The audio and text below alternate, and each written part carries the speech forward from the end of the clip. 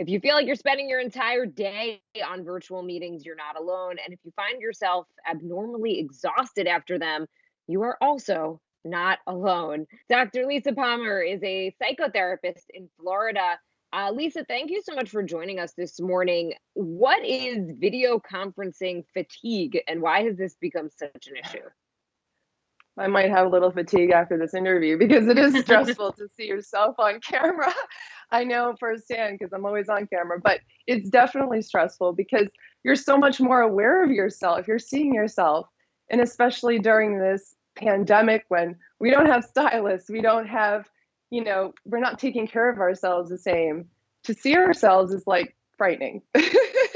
Body image issues can come up, and also just like being aware. Well, I always like to say your body image is really your image of yourself. It's really how you feel about yourself.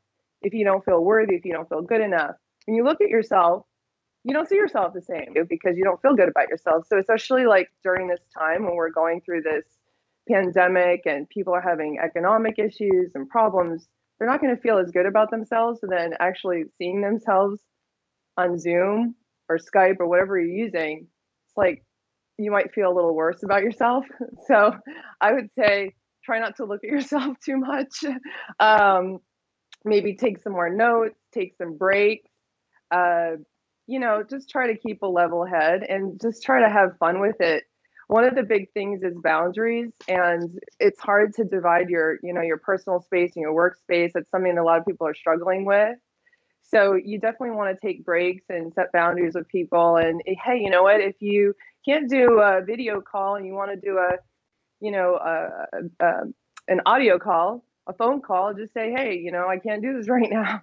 So I think that just setting proper boundaries and taking breaks and taking care of yourself and just working on feeling better about yourself, that self-nurturance that I like to talk about and balance in your life as best as you can will definitely help you on the Zoom calls.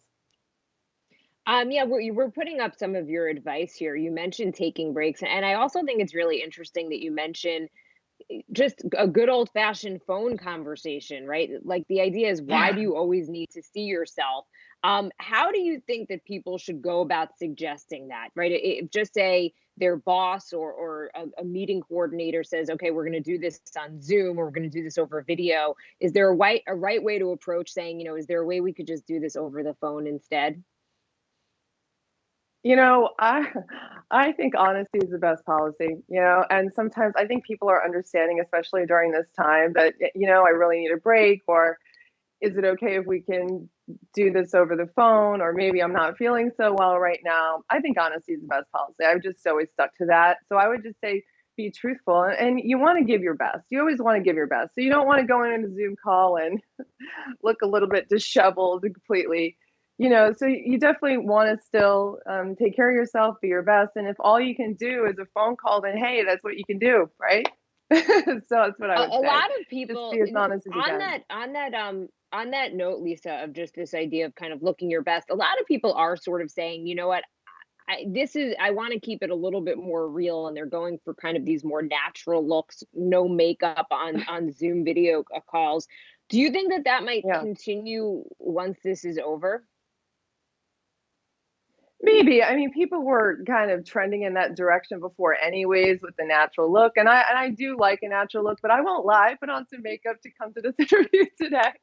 Um, so that's part of the normal, for me. I wanna try to be my best, and I wanna try to keep as normal as possible even during this time. And I think you have to do what's good for you. I think that trending more on a natural side is good, but also you wanna feel good about yourself in your interviews and present yourself. And remember that even though you're working from home, you're still at work, right? So, whatever it is that you're doing, whatever it is that image that you're presenting of yourself, you don't want to just like roll out of bed and go into an interview, right? That's not professional. So you want to keep it professional, but but natural. And next time I come on, maybe I won't wear any makeup, and we'll see how that goes. You might not have me back, No, never. but Great advice. And just always appreciate your insight. Psychotherapist, Dr. Lisa Palmer, great to have you on. Appreciate it.